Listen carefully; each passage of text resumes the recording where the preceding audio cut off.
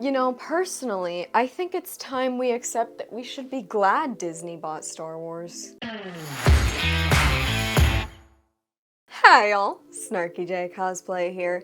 So this week made 12 years since that tremendous $4 billion purchase, that's billion with a B, when Disney bought the rights to Star Wars from George Lucas himself. And look, I know that I'm a pretty big complainer about Star Wars, Disney Star Wars to be exact.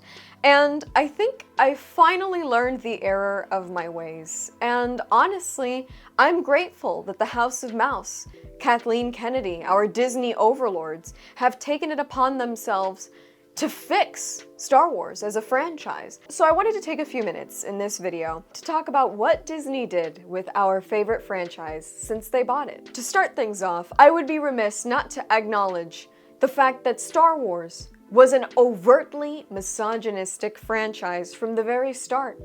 There were no strong women for little girls to look up to, men to dream about, and to grow to respect. There wasn't any of that. Before Disney, all women in Star Wars were romantic interests, damsels in distress. We never saw them run into battle, and they really never did anything of use because George Lucas, he just wouldn't let it happen. Our male characters were one note, they were crude, they were cruel, they were the epitome of toxic masculinity, and really they never gave us good examples of people to look up to. Think about your typical bad guys. They were also one-dimensional, not worth talking about. They weren't interesting or intimidating. They didn't have layers to them. No, it was all black and white. Before Disney, all we had were hundreds of novels, comic books, and other pieces of media continuing and building upon the lush universe that George Lucas supposedly created with Star Wars. We didn't have a third trilogy. A third trilogy, which might I add,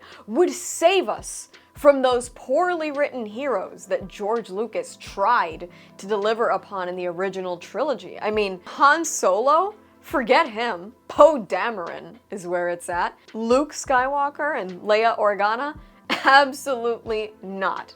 Now we have Rey, Palpatine, Skywalker, whatever you want to call her. We definitely didn't need a trio of a down-to-earth, super relatable, kind farm boy with big dreams and a real effort to be a Jedi. We didn't need a lovable, sometimes morally gray, but generally heroic, swashbuckling smuggler with a great attitude. And we definitely didn't need a princess turned senator turned general that would eventually maybe even be called a war hero in her own right. We didn't need any of that. Disney knew what we really needed. And in 12 beautiful years, that's exactly what they did. They gave us what we needed. They did away with that old, washed up, terrible trio upholding a misogynistic and weak trilogy that we had just had to deal with since the 70s, because naturally, we didn't love it until Disney came and rescued us from it. What we really needed were two one-dimensional males to run around and essentially do nothing but scream the name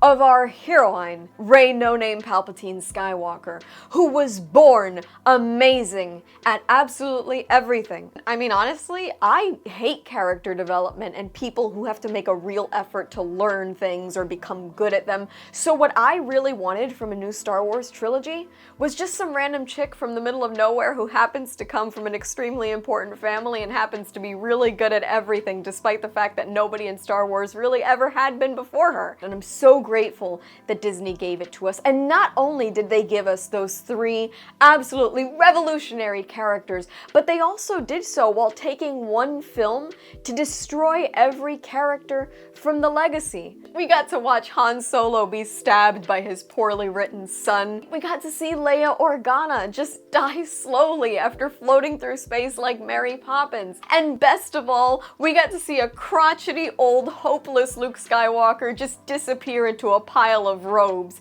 because that's exactly what the character deserved after being our light and love for Star Wars since 1977. And beyond that, why just talk about the movies? Let's talk about a theme park. I mean, finally, we get to live out our Star Wars dreams at Disney's Hollywood Studios and Disneyland in California, right?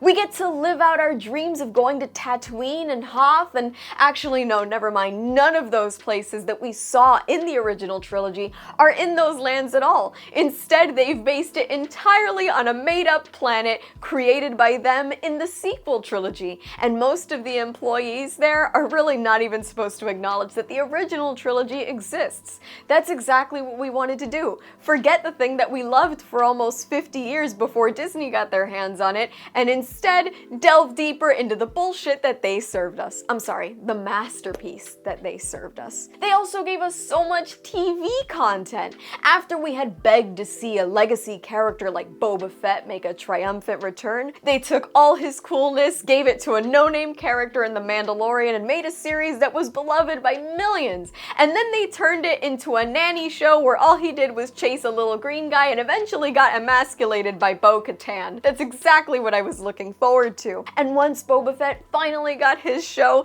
they turned him into a laughingstock too. And then what else did we get? A bunch of other lackluster series about beloved characters like Obi-Wan Kenobi and Ahsoka. And if that's not enough, we can also talk about The Acolyte, which was written by somebody who knew nothing about Star Wars, hates Star Wars fans, and a cast that really doesn't tolerate any of you. In 12 long years, Disney essentially made over $12 billion off of the suffering, frustration, and online complaints of dedicated Star Wars fans like you. It's exactly what we wanted for this franchise, and quite frankly, it's exactly what Disney thinks we deserve. So thanks, Disney, for buying Star Wars and giving us such a 12 years since you bought it. And that's all from me. I've been SnarkyJay. Thank you so much for watching. Please don't forget to like and subscribe. For more SnarkyJay, be sure to check me out on Instagram, and if you'd like to support me, this channel, and my content creation, do check out and consider subscribing to my Patreon for exclusive photo shoot sets and cosplay content. I will add links to all of those in the description below, and let me know your thoughts on 12 years of Disney Star Wars